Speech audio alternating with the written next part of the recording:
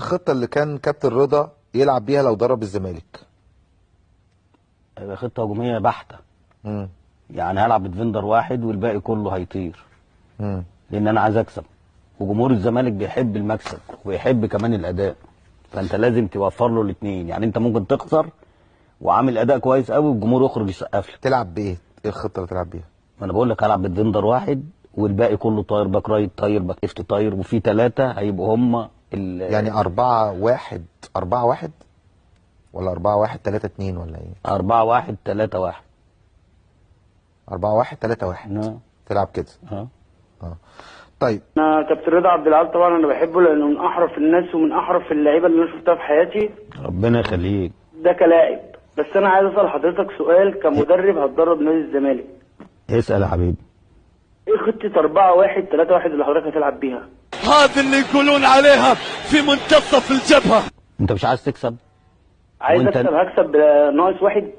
حضرتك بتقول 4-1-3-1 يعني هتلعب ب9 لعيبه.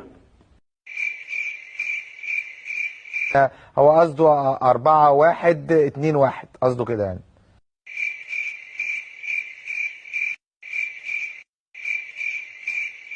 لا هو يمكن او 4-1 انت كنت بتلعب بطولة راس حربة صح؟ اه. ها؟ لا ده في الماتشات اللي بره، انا بنقول 4.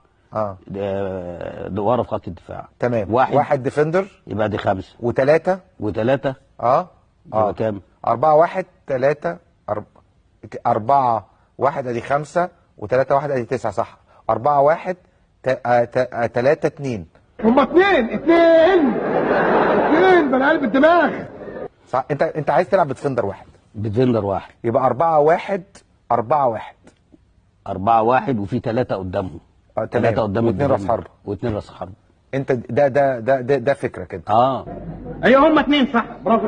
لو الزمالك لا اي فرقه بمسكها. صحيح. وعايز يا امير انت عندك حق، بس هو احنا ايه ممكن نكون اتلخبطنا يعني، بس هو مش معقوله مش حاسبين يعني.